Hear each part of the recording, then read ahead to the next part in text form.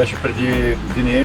Бяхме изправени пред едно решение дали да продължим да търсим начин да се състезаваме или да приключи тази част от нашия живот и да премине в нещо друго.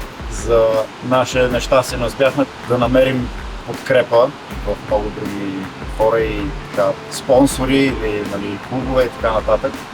И решихме да приключи. Още тогава сметнахме, че ако не можем ние да се развиваме в това, което искаме, ще направим училище и съответно последствие клуб, да може ние да предадем това, което на нас не ни е достигало, за да получаваме деца. Абсолютно сами стартирахме на риск, беше всичко със сили. Беше 2015, когато за първи път решихме да отворим училището. Честно казано, нямахме никаква представа дали това, което искаме да стане като училище и като идея, дали ще се случи. Наистина, тогава спомням си продават компютъра, теглихме заем и така нататък, за да може да започнем цялото нещо. И за щастие, и двамата сме така трудолюбиви и ударени на спорта, много го обичаме и тръгна.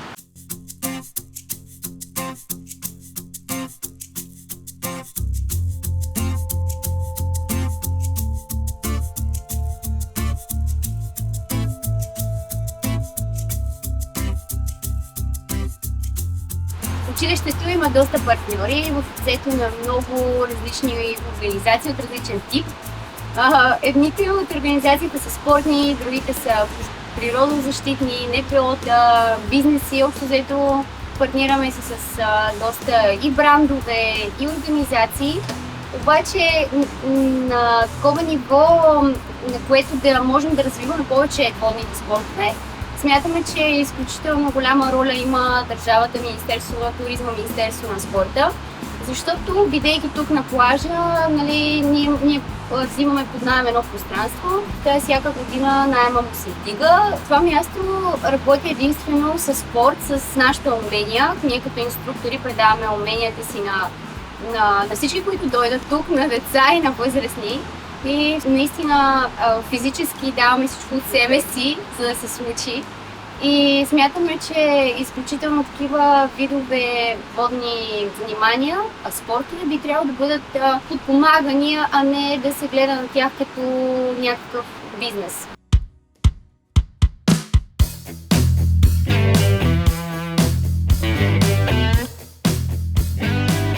Моят спорт и дисциплина е уиндсърфа. Първи път се качих на уиндсърф, когато бях на 10-11 годишна възраст. Ходих по състезания и се подготвях за Олимпийски игри. 10 години сърден труд, за да стигна до Олимпийски игри. И за щастие успях да извоювам квота 2012 година и да отида на Олимпийските игри в Лондон, където до момента е върхът в кариерата ми, или спортната, която така е вече много по-затихнала от преди и все още ходя на някакви състезания.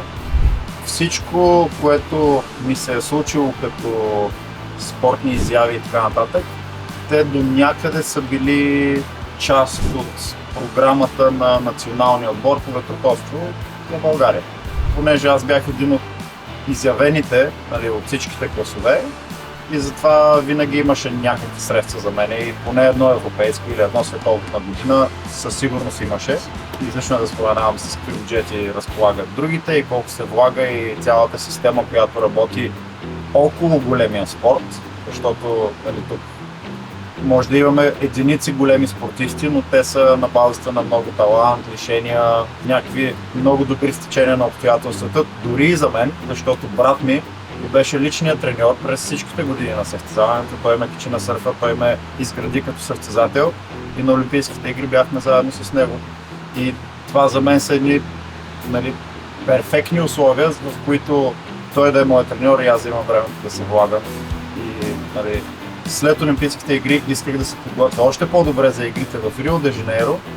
В интересен са много малко хората, които биха направили нещо такова. Нашия спорт, за съжаление, в България не е толкова комерциален. Не е на нивото на футбола, примерно, където има стадион с леки хора, публика, трибуни и така нататък и телевизии, които нон-стоп снимат целия екшън. Ние сме само в водни басейни се практикува нашия спорт, нали, язовири, море. Спомен е времето, когато ние тренирахме, това беше преди 8 години, преди да започнем училището. Всъщност, първо ние бяхме много по-малки като възраст, но в много добра възраст, за да продължиме да се състезаваме. Но по това време имаше доста промени в Федерацията по единоборство. Олимпийските класове тогава хайта влизаше като нов спорт и искаха да го сменят в Олимпийските игри за Рио. Всъщност за по-нататък и по това време дори самата федерация така нямаше отношение към уиндсърфа, въпреки че беше най-успешният спорт ветроходен, който ходи на Олимпийски игри. Ирина Константинова ни е четвърти олимпийски представител по уиндсърф. Това е жената, която примерно мен много ме е вдъхновила аз също да карам, за да не виждала съм я нея като идол. И общо взето цялостна ситуацията тогава преди 8-9 години не ни позволи на нас да продължим като ни млади хора, които вече и семейството ни не може да ни подкрепи.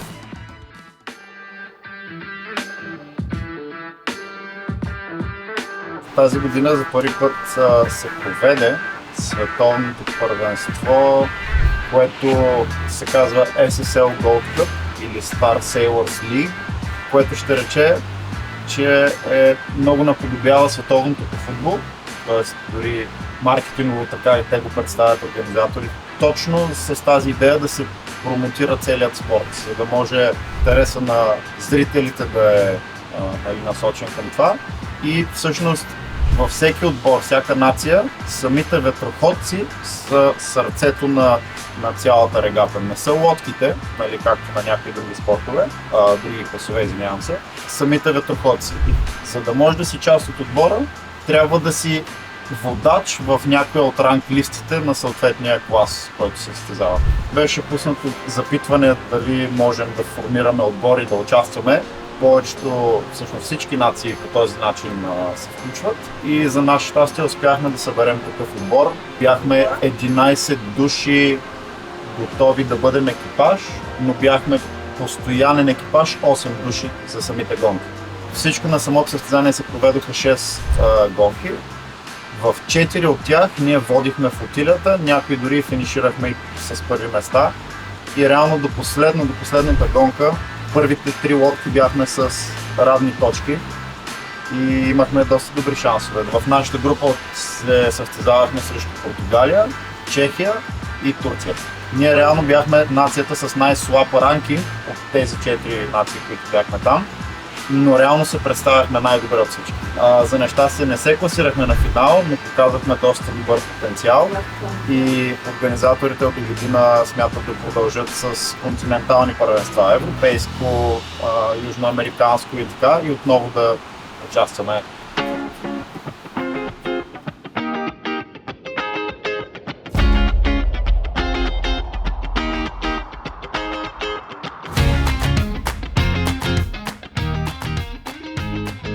Самото училище от самия си старт има няколко каузи, които развиваме през годините. Ние вече 8 години съществуваме. И всъщност едната ни кауза е свързана с развиване на водни спортове за деца с увреждания, деца и младежи с увреждания. Вече 7 години работиме с ParaKids, които целогодишно се занимават с деца с увреждания, плуване, всякакви други занимания. И ние ги поканихме една година да направим летен лагер, те да дойдат при нас. Никога не е било нещо различно да работим с такива деца. Затова ни обогатява страшно много. Ние много се учим от тях.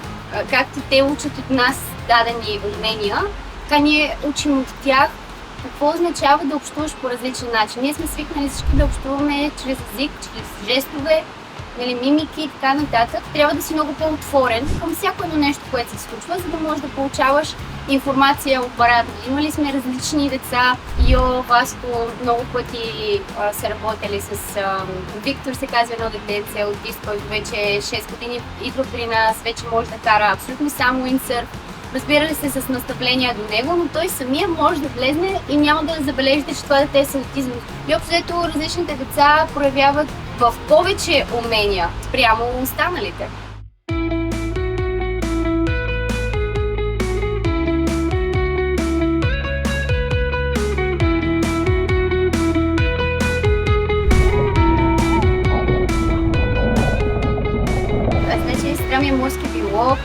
страшно много обича и тя морето. Моите родители са спасители и карат и уиндсърф. Те са ни възпитали да обичаме толкова морето.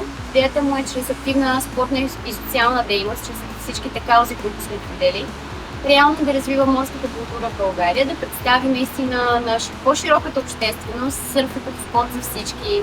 Тези, въобще цялата култура, която е свързана с морето, това как трябва да се отнасяме, било то за нашата лична безопасност, било то към околните, които имат по-малка възможност да се докоснат до него, и било то самата околна среда, как да я пазим. Това, което ме кара да се връщам тук всеки ден и да го правим, е това, което даваме на останалите. За това щастие, което виждаме, когато те научат нещо ново, когато научат как да влезнат в морето и да излезнат сами, управлявайки нещо, което се задвижва с вятъра. Просто емоцията, която хората получават, мен ме крепи да идвам. Определено това работата ви да е навън и да си нон-стоп след природата е много богатство. Нашия офис е един от незаменимите. Да. И най-хубавото е, че няма стени. Общо взето е доста отворено и да. Филма се казва "Море на вятъра", може да се гледа в YouTube свободно в канала на училището на Кашсърф. Идеята за филма се поражда всъщност в училището и с кауза за чисто море. Инициативата, която е свързана с филма, се казва Wind to Win.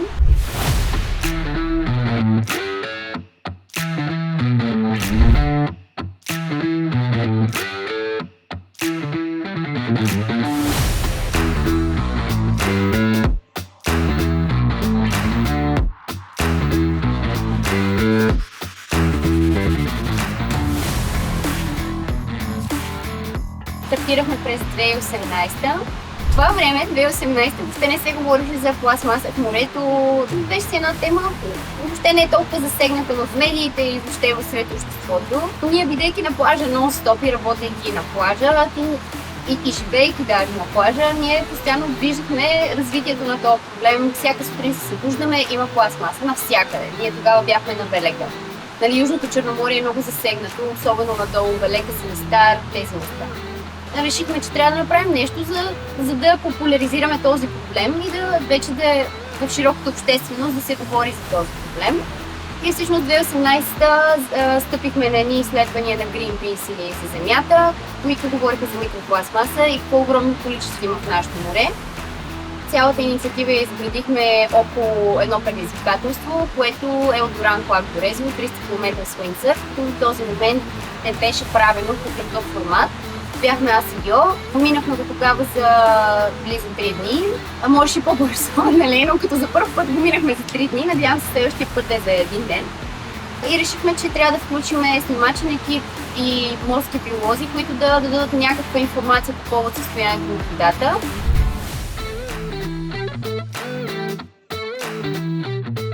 Това е 7 минути, в които общо взето разказваме накратко какъв е проблема, откъде идва, какво ние може да правим. Е едно супер вдъхновяващо видео за водните спортове. И по този начин за пореден път се опитваме да популяризираме и уиндсърфа, и нашето море, и морската култура. И това, че ако не пазим наистина околната си среда и морето, нещата се връщат към нас, както всяко едно нещо в живота. И това е пластмасата в хранителните продукти, рибата основно.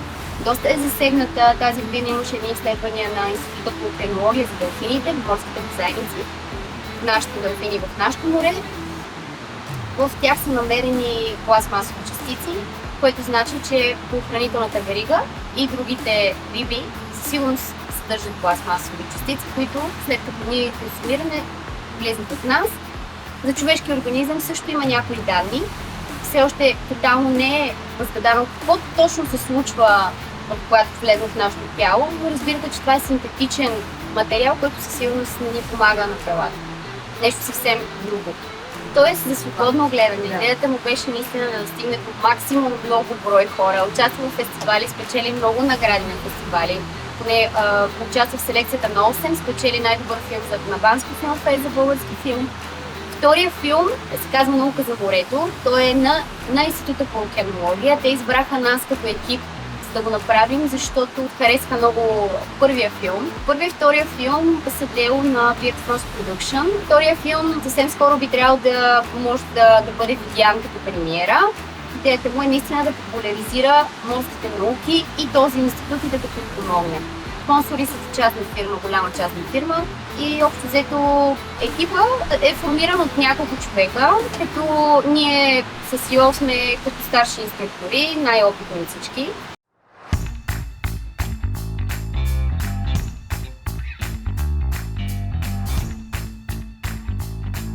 Сега от тази година започнахме да правим курс за инструктори. Училището се е международно сертифицирано в World Water Sports Schools. Идеята ни е наистина да можем да преподаваме и на инструктори и да можем всъщност да изграждаме добри кадри, които да работят не само в България, но и в чужбина. Търсиме още хора, които всъщност и ще обучаваме. Училището като цяло наистина се опитва по всякакъв начин, чрез активна спортна дейност, както Вие участвате в състезания, аз понякога участвам, Васко също. Имаме и още екип, сега в момента сме двамата като основатели, Васко като инструктор, но имаме и още хора, които работят през нас, нали, за да подкрепят и да бъдат инструктори, да се учат. Да, ти си млад фойладжия. Къде съм супер много да обучавам хора, доста ли ме занимавам с това. Открих как кажа, че е с най-добрия ми приятел, той е работил тук в Пловдив. Покава ми мястото, да се подготвя, нямаше как. И да, запознах се с Илето и Сьо, приехаме, къде съм изключително благодарен за което. Почнах да работя тук от 2 години насам. Изключително много харесва обстановката, всичко е реално свързано с накашата, ми харесва. Запази ни екипната работа основно, любовта към морето. Друго какво караш? И учи се на кайт, уиндсърф карам от малък, сърф карам, както каза Йо, не е толкова комерциален спорт, се практикува толкова често. Даже доколкото спомням моя клуб, бяхме около 4-5 деца, чрез които почна клуба да се развива. Бяхме по състезания и така нататък. Близки хора на учителя на тогава, който беше. Даже спомням, ходихме до местото много пъти за спонсорство за лодка. За фойла той е изключително ново, то смесва кайтсърфа и уиндсърфа. Как цяло трябва да имаш опит поне с едното или с другото, с уиндсърф и с кайт, че да добиеш бегла представа как се кара това. Добре, обясни на хората ни какво означава да излезеш на фойл. Това е когато дъската излети, така да го кажа, над водата. Това вече е трудната част, не само да излетиш, но да издържиш тази позиция. Ние организираме всъщност всеки старт на сезона около април-май месец курс за инструктори. Тази година вече официално, защото издаваме сертификата за инструктори. Йоан е водещ преподавател поне тази година. И реално всеки, който има опит в уиндсърфа, може да се включи. Също така в училището преподаваме и много други спортове. Съп, кайтсърф, уинг вече, уиндсърф, скинборд също. Общо всичките водни спортове. Което плава на вода. Да. Също и дайвинг включихме тази година. Основно гледаме да обучим хора за началното ниво, което е преди глисирането. Добре е известно, че уиндсърфа има нужда от доста време човек да посвети, за да се научи добре да кара и да се движи бързо, нали, което е глисирането. И от тази гледна точка началното ниво е напълно достатъчно за много хора, така да добият тази представа за уиндсърфа. И вече за по-горните нива наистина трябва човек, който иска да бъде инструктор на по-високо ниво. Той самия трябва много добре да може да кара, за да може да преподава на съответното ниво. Най-важно е да кажем, че всеки един човек, който се стои на краката, може да се научи да кара. Абсолютно, що може да ходи прав, може да кара и уиндсърф. И са най-възрастните хора, които са учили. Охо! Дори вчера си говорихме за това. Най-възрастният човек, който сме обучавали, беше на 67 тогава. Ние още бяхме на Селеморец. И най-любопитното беше, че беше професор по физика в Софийският университет. И човека нямаше абсолютно никаква нужда от теоретични познания, нали, ние да му го отворим, каза, знам всичко. Просто тялото ми вече не ме слуша, но човека беше наистина много дори интелигентен и наистина си подкара уиндсърфа и така много вдъхновяващо ми подейства тогава. Добре, коя е най-опасната, страшна ситуация, която се е случила в морето? Бях на едно състезание преди Олимпийските игри и това беше най-свирепите условия, в които бях карал във водата. Колко беше силен вятър? Ами гонките пуснаха старт на около 10-15 метра в секунда вятър, което е окей. Ние, нали, всичките там караме на такива условия. Ние се силни. За щастие бяхме на затворено пристанище, където не дигаше толкова вълна, беше по-равно, но в един момент прогнозата беше да се усили вятъра и както карахме по дистанцията, в един момент една пелена от вятър и пръски просто така се задаваше и всеки, който влезеше в тая пелена, сърфът караше 20 метра, след което целият сърф излиташе и на следващия ден всички, всъщност в този ден, от 55 стартирали в гонката, само 17 души финишираха и това бяха по-първите, които още не ги беше застигнал ужаса. Всички останали състезатели, треньорите се пръснаха да ги събират от кой откъдето го хване. Мен включително, аз имах един проблем с сърча тогава, както и да е. Но на следващия ден се качихме горе на хълма, където духаше все още този вятър и измерихме 30 метра в секунда пориви. На следващия ден, когато беше паднал вятъра. Тоест, вероятно е било около 40-45 метра в секунда рязко пристигнати над вятъра. Беше брутално. Или твоята най-страшна ситуация в морето? Аз мисля, че не съм изпарала в някакви много страшни ситуации, обаче така да ми е комфортно, когато бяхме по време на предизвикателството в Дуранкулак Резво на Бургаския залив. Там бяхме горе-долу на 20-30 км от суша. И общо като си напросно една солета, една дъска просто под краката си, не виждаш суша. Всъщност тогава разбираш, че си много маничък и тогава ми е било едно такова. Само съм искала да стигнем сушата. Аз принципно обичам да влизам в морето, не обичам да се връщам. Обаче в този момент просто да стигнем някаква суша и да ми е близо.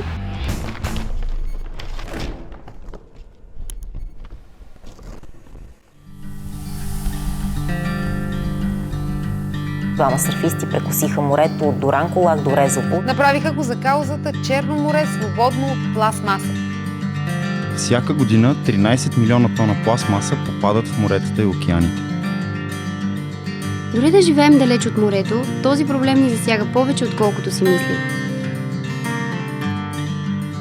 Защото пластмасата, която отива във водата, се връща обратно при нас. Ако искаме промяна, трябва да започнем от самите нас. Затова решихме да направим нещо, което да привлече вниманието на хората към проблема с замърсяването с пластмаса.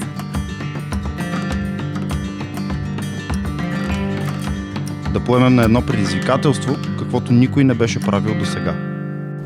Чук, имаме ли? That's what I'm talking about. Wait! Okay now, from the beginning. Водата е уникална среда, която свързва всичко и всички на тази планета. Ако виждаш, че нещо, което обичаш, се руши, можеш ли да стоиш безучастно?